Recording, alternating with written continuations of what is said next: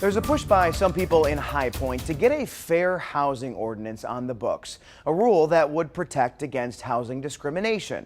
City Council didn't have enough votes to approve one in May, but that's not stopping people from voicing their opinions.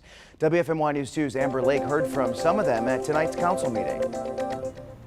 Right, so it was very apparent tonight that many people who live in High Point want a fair housing up until they get that.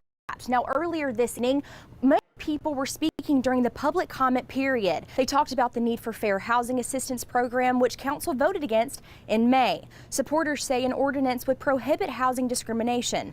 It would also provide for local resolution of housing discrimination disputes. High Point needs a fair housing ordinance to show that it supports its community. Let's live up to our motto, being the best community, and let's provide this service which is needed. This fair housing ordinance is long overdue, and it would be a shame for us to have to wait until a new city council is seated to bring it back up.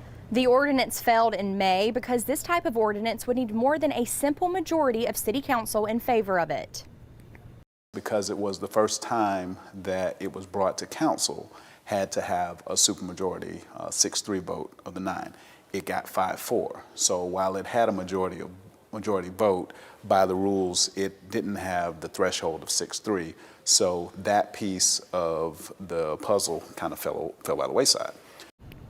Now, since that failed vote in May, community members have been reaching out to those council members who voted no, hoping that they will reconsider their vote and bring that discussion back onto the floor. We'll let you know if and when that happens.